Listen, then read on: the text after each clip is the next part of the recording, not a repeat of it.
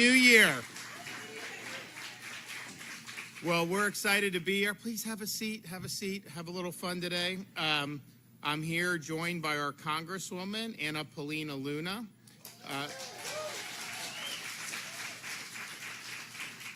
We also have Florida's Lieutenant Governor from across the bay in Tampa, Jay Collins.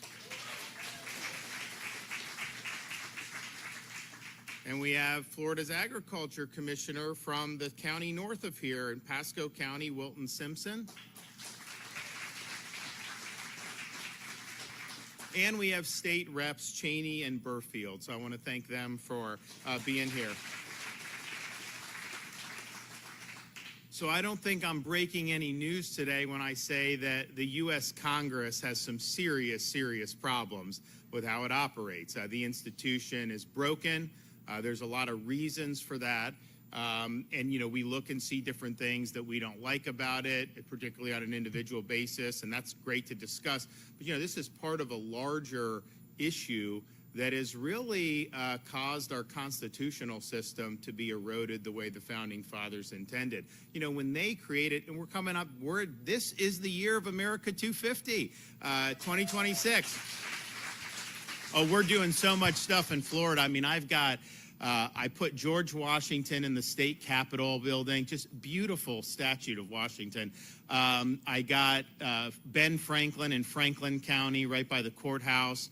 We dropped a Thomas Jefferson statue in Jefferson County. You know, I can get these on discount because the liberal states are taking them down. So it's like, it's a buyer's market if you like the Founding Fathers.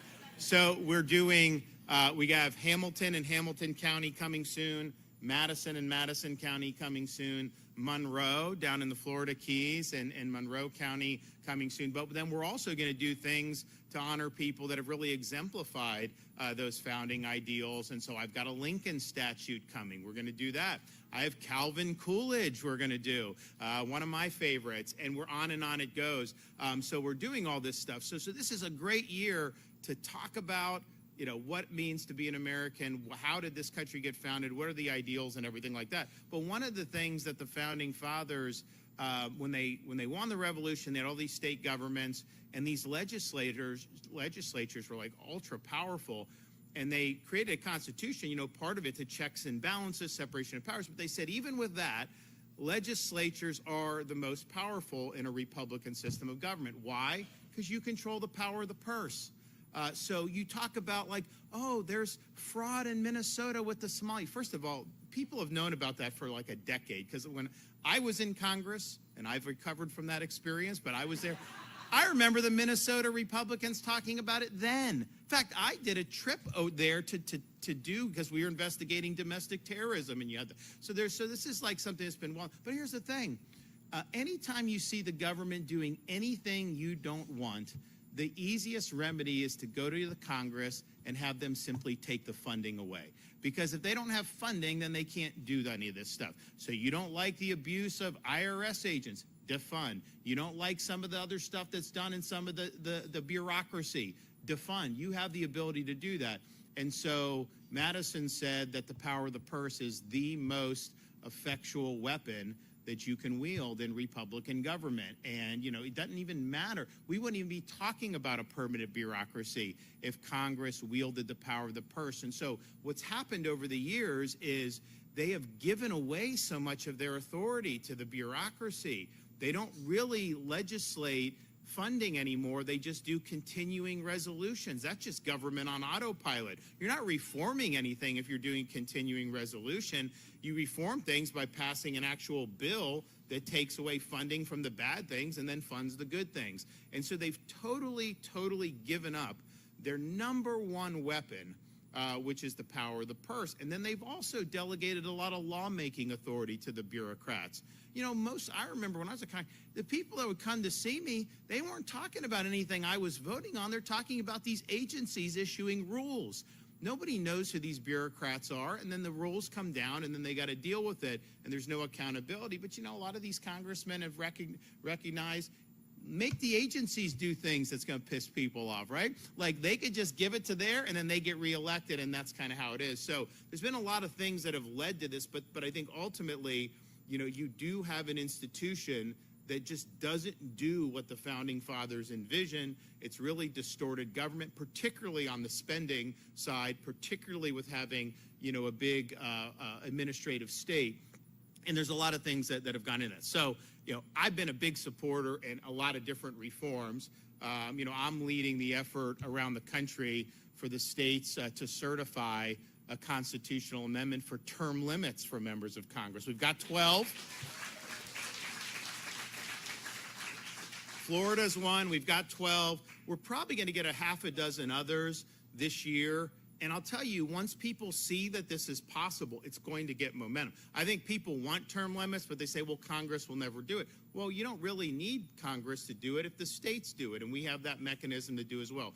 So as that gets momentum, I think people are going to be really excited that that's the part of it. But part of the reason I believe in term limits is because I think Congress doesn't use its authority because the path of least resistance to getting reelected is just kind of autopilot, right? If you actually have some of these fights, people could get upset about it, and maybe you don't get reelected. I'd rather do the right thing than worrying about that, but that's just not how most people think. So I do think that would be something you go, have a limited period of time, get things done, and then leave a legacy. And I think it works better in our legislature, quite frankly, to have it. People will point out, oh, it's not perfect. Of course it's not. It's better than what we have now, right? That's it, and I think it would help. So that's been something of it. The other thing I'm helping to do around the country is requiring that Congress balance the budget, just like the state of Florida has to balance the budget. We have surpluses, so it's not as big a deal for us. Pretty easy. In fact, when I became governor, our rainy day fund, so we've almost quadrupled the rainy day fund just since I've been governor in 7-year period. We've paid down, if you look at Florida, 180 years plus as a state, all the debt that has been accumulated, we've paid off half of it just in my tenure as governor. So don't tell me this stuff can't be done. It can be done. We've eliminated taxes at the state level. I don't have any more taxes to cut at the state level. That's why I'm trying to do the property tax for local to help you guys out with that. In 2019, my first local governments in Florida brought in $32 billion in revenue from property tax. Today, they're bringing in over $56 billion. Now, look, we've had population growth, we've had inflation. I'm not saying that it wouldn't go up more than 32 just naturally with all those things, but it wouldn't go to 56. And so the question is, how is that money being used? And would you rather have that returned to you as a homeowner rather than continuing to feel the growth? Because the reality is, whether you like or not, you cannot have 6 or 7 years where you're almost doubling the amount of revenue that's going in. That is not going to ultimately work in the long term. So we are working on that. But a balanced budget requirement, we have 28 states. We need 34 to trigger it. So we've got 28. We think we're going to get a few more this year and to be able to do that. So I've been a big supporter of that as well. I also work with our legislature to certify another amendment that I think would be really good. We don't have as much support nationally just because I think people don't know what's out there. But we've proposed the 28th Amendment that would simply say this: Congress shall make no law respecting the citizens of the United States that does not also apply to members of Congress themselves. I mean, wouldn't that be a good one to do?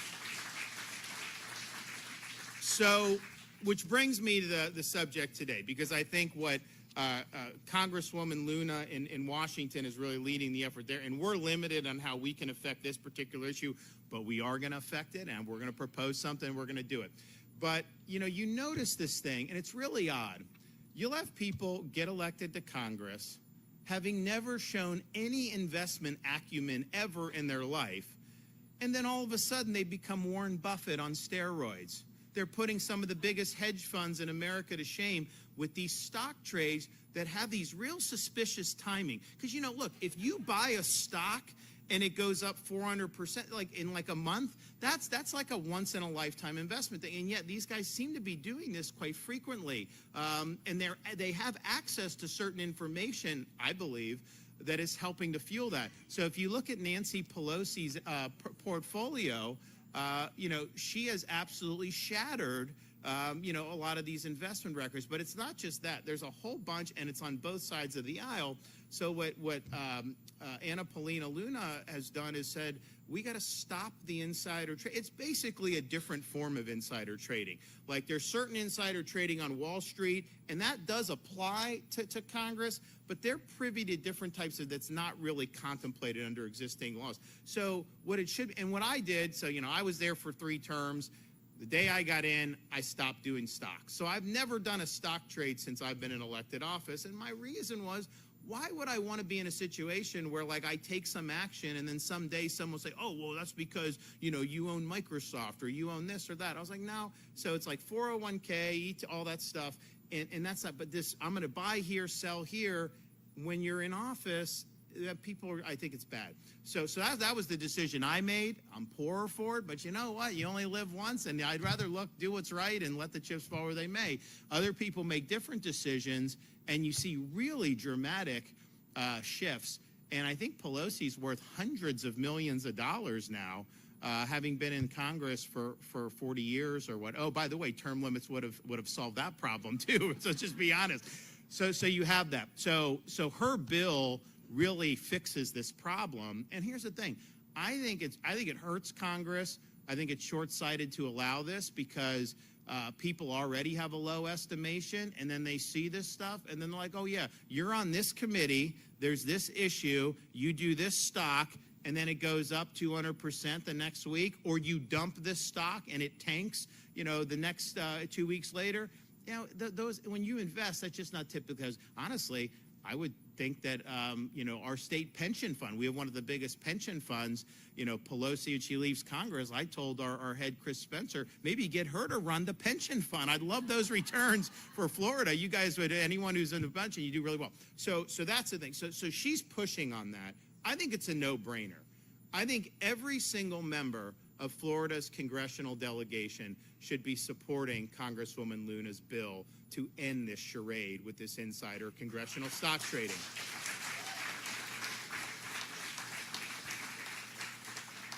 And it's the right thing to do. Now, you know, from the state level, you know, we're active. It's like, okay, well, maybe we can just do it for our federal representatives. The reality is there's a lot of Supreme Court precedent that would not let us do that. It really has to be done federally, because I would have been supportive of just saying, you're a congressperson or a senator from Florida, and there, then you do. And it's not the same as the state legislator, because our state legislatures, they're part-time. Some of them are investment. They have investment businesses, and they're not privy to the same type of information. So it's not at all the same what goes on in at least Florida state legislature compared to what goes on in Washington with respect to stock trading. But so it's like, how can we do it? So what we're going to propose, I have some members of the legislature that I think thought of this. I don't think I thought of it. And so hopefully they'll do it. But what we're going to do, and then we are allowed to do this, is when they qualify for federal office, there's going to be a checkbox. Do you intend to trade individual stocks while you're in Congress? Yes or no? And so you as a voter will know what they said. And if they say no, well, when they run for re-election, they have to answer a second question. Did you, in fact, trade any stocks individually while you were in Congress? And if they say yes, then that means they broke their word to you and honestly lied on those forms. And so that's what we're going to do. It's within our power to do that. We wouldn't be able to do anything more than that without running afoul of major Supreme Court precedent. Because, you know, the Florida voters actually voted for term limits for Congress in the early 90s. There was a big push to term limit Congress state by state. So our congressmen would have been term limited, our U.S. senators would have been term limited. U.S. Supreme Court in a case called Thornton, 5-4, said that was not allowed. Now, the dissent was written by Justice Clarence Thomas, and usually Thomas is right, and he was right on this one too. But the reality is that is where we are. So I don't think it would end up being something that we would be able to sustain right now. So hopefully they get momentum this year to finally get this done. I know she's going to talk about that. And if they do, then to me, I think it solves the problems. But in the meantime, what we're doing here in Florida, that's going to help you as a voter to be able to ferret out. And my thing is like you get there, you should be able, you want to get there to do something good for people, not get there to be something and to be able to kind of capitalize off the swamp up there. So this is a good reform. I think it's very thoughtful. It's got my support. But man, we should at least have all the Florida federal representatives lining up behind this. Look, California, some of these, I don't know how they think it. The water's different there. I mean, it's just really ridiculous. You know, I always get a chuckle. I'll meet people, I wish you got to come to run for governor of California. I was like, I couldn't get elected. Are you kidding me? Like, it's a different mindset in terms of what goes on. But here, I have no doubt that this reform is what the voters of this state would like to see. And to tell you more about it, I'm going to welcome up the Congresswoman herself.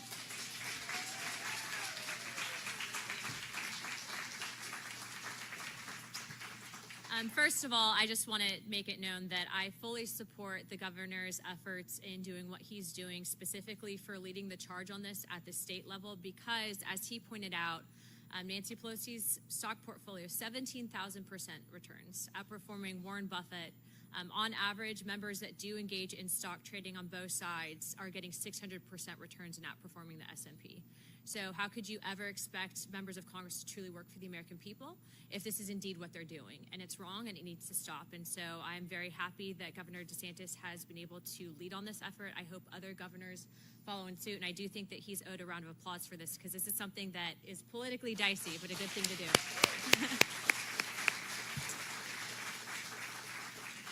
As far as our bill goes, it is the most bipartisan bill currently in Congress. We have people that you would never expect, probably people that you don't politically align with, that are actually supporting these efforts because they know it's bad and it needs to end. And I'm happy to report, Governor, that we actually have met with the Speaker of the House and that we are going to be putting something on the floor coming up this quarter that will permanently stop the insider trading, which it is happening in Washington, D.C., but it's permanently going to stop it in D.C., so happy to report back on that. And frankly, I hope that some of my colleagues that are engaged in the process will have governors that will hold them accountable. So thank you so much for being here. We appreciate everything that you're doing. And again, a round of applause for Governor DeSantis. Thank you. Well, that's encouraging to hear that we may get a vote on this. I think it's really good. Do you guys, I got Wilton, Jay, do you guys want to say anything? Come on up.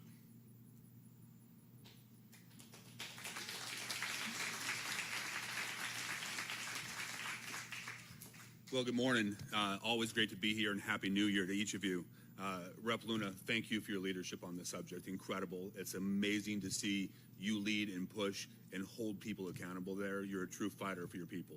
And, of course, we have Governor Ron DeSantis, who is, as always, the GOAT, a juggernaut, standing up for individual freedoms and rights and holding people accountable.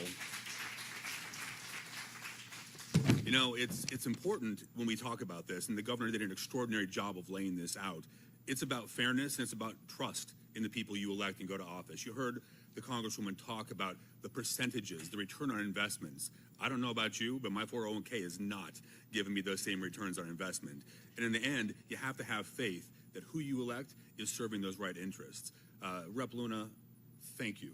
Thank you for common sense leadership on this subject up in D.C. I'm excited to hear all the great things. And Governor DeSantis, again, an incredible, nuanced, simple, straightforward approach to hold people accountable. A checkbox saying yes, no, I'm going to trade or I'm not going to trade. It's a simple way to hold people accountable and give power back to our people to say, look, you said this, you did that. Where's the accountability? As always, it's great to serve in the great state of Florida, 23.5 million people, and we lead on freedom, truth, and transparency. And Governor DeSantis, thank you. I appreciate it as always to speak. Thanks a lot.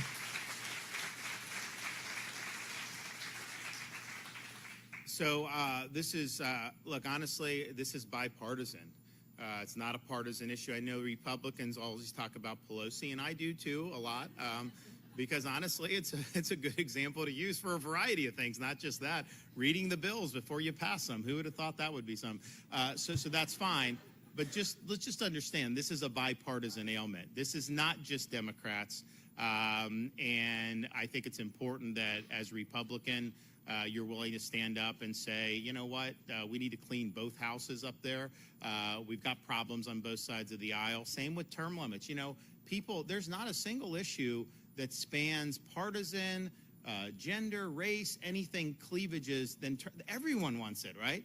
It doesn't matter you're Republican, Democrat, Independent, and because people realize there's a problem on both sides of the aisle with the incentives that have been created. So, and the thing is I think when you do reform like what the Congresswoman wants, what happens is, like, most people that get elected actually want to do the right thing. I think that there is some idea. You didn't change. Thank you for not changing. Like, the same person, you go in, you come out, and that's important for that. But I think this is really good, and it'll be there. And then the other thing I'll just say on a different subject is we are looking very seriously at, and not necessarily as me, I mean, I'll be supportive, but it's through the Attorney General's office that is able to bring these things, to be able to bring potentially a state case against Nicolas Maduro. You know, he was obviously very involved with drugs. He was obviously very involved with bringing drugs, particularly to Florida and across the. But you know what he would also do, and this is not in the federal indictment in New York, he would empty his prisons and send them to America across the border. And we'd end up with some of these people in Florida, Tren de Aragua gang members that were in prison there, and he did that. And so to me, that is a very hostile act. So we're looking at the statutes to see, obviously we've got robust narcotic statutes, but certainly on that importing the criminal element, because, you know, it's funny. I mean, remember a few years ago, we helped with transportation to Martha's Vineyard, very nice place. And, you know, you had a plane load of people that were in the country illegally. And it turned out, so this is, I think, probably like, you know, the fall of 22. So I was running for re-election. And most of them were Venezuelans. And the media was saying, oh, how dumb, the governor, all the Venezuelans, Americans in Miami, they're going to hate it, all this stuff. Why is he doing? And so, you know, and I didn't think it was right, but you never know, right? So I'm down in Doral like the next week, and these guys are high-fiving me. They're because they said Maduro is sending people to the border who should not be in this country. And so they knew better than anyone what was going on. So the narcotics, the gang, but also the immigration and what was done to do that, to put people at risk. And we've had people in Florida that have been victimized by Tren de Aragua gang members. And many of those people likely would never have even been able to come here, even with Biden's open border, had Maduro not been releasing people from prison. So we're going to look very seriously at that. Okay, back there, anybody? When it comes to Venezuela, since you were talking about it, yesterday you said that you wanted the people to liberate themselves. How does that look? And if you were in the White House today, would you have done what President Trump ordered, the action in Venezuela? Would you have done that? If ifs and buts were candy and nuts, every day would be Christmas, my man. I mean, that's just the nature of it. No, look, you go back. I mean, this has been an issue in this state that I've been very vocal on for 15 years. I mean, actually, Chavez came to power probably sometime in like 2006 or 7 in that time period. And what did Chavez and Maduro do? They totally tanked the country. They tanked the economy. They repressed people. They took what should be the most prosperous country in South America and turned it into a place where people have to eat trash to be able to survive. And so I've always viewed Maduro as somebody that was illegitimate. And clearly this most recent election, I mean, was an illegitimate election in 2024 down in Venezuela. So bringing him to justice is absolutely appropriate. The larger context is this. During Biden's presidency, what we saw was increasing hostility throughout the Western Hemisphere to the United States of America with the installation of a lot of Marxist regimes. In fact, there were more Marxist regimes at the height of Biden's presidency than there were at the height of the Cold War. Because obviously, you know, Brazil was taken over, you got Venezuela, Colombia had a takeover, Cuba, which is orchestrating a lot of this, and you have some really, really rogue regimes. Honestly, with Trudeau, I counted Canada as a Marxist regime at that time too. And not that it's a little better, but that he was a piece of work. So, you know, you just had that. Mexico has been a total narco state. So now, you know, Milei gets in. We got a new president in Chile coming in. Hopefully Venezuela can turn, because they have massive resources. They have gold, they have oil, they have things. They could be an extraordinarily prosperous, free country. But they've got to choose that. And, you know, it's interesting. I had remember Juan Guaido back in, this was during Trump's first term. His wife was, I mean, we brought her to Tallahassee. We thought that that was something that was imminent. And it kind of just was a stalemate for a long time. And so now they have an opportunity to be able to choose a better path. I don't think that can be imposed, you know, by the United States. But I think Maduro really was repressing kind of the positive energy there. And so now they have a pathway to maybe get their country on a better course. But they could be very, very successful. There's no question about it. But it just shows you, you know, I'm watching this guy in New York City, and he talks about the frigidity of rugged individualism, that they're going to choose the warmth of collectivism. And I'm just thinking about myself, you know, the 100 million dead bodies because of collectivism, those are cold dead bodies. It's not warmth.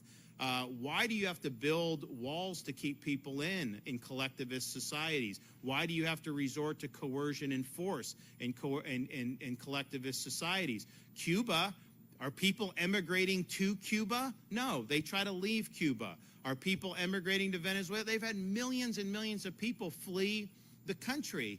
And so this is just a textbook example of the failure of leftist and Marxist ideology put into place. So now you have New York City, and they're going to try to repeat kind of a similar song. Now, he's limited because he's a mayor. He's not a head of state. He thinks he's a head of state, but he's not. And so they're limited. But, you know, it's funny. You have all this lofty rhetoric, say everything's going to be free, and then they just raise the subway fares. I was like, you know, it doesn't work. None of this stuff will ever work. And so it was sad that they went down that road. And hopefully there's enough people that go back there to really prop up a better way forward.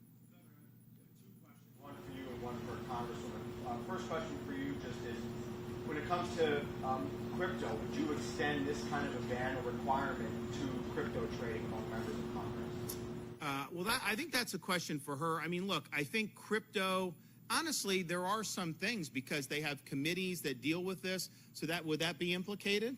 I think in general, the overall Do you mind?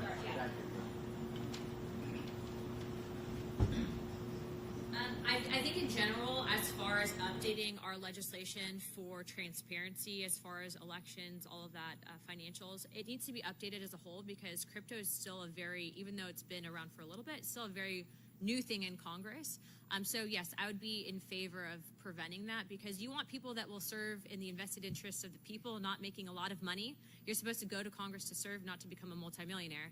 And unfortunately, you see that happen all too often. Now, the Bitcoin, you know, that's one thing. I mean, I remember 2010 when it first came out.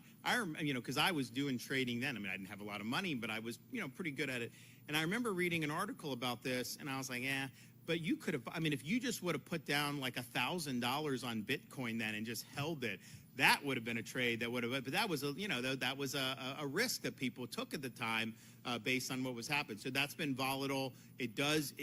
Government policy does impact that. There's discussions that happen in Congress, so that'll be a part of it, and I think that that's appropriate. Question. Well, let him go one, and then I'll.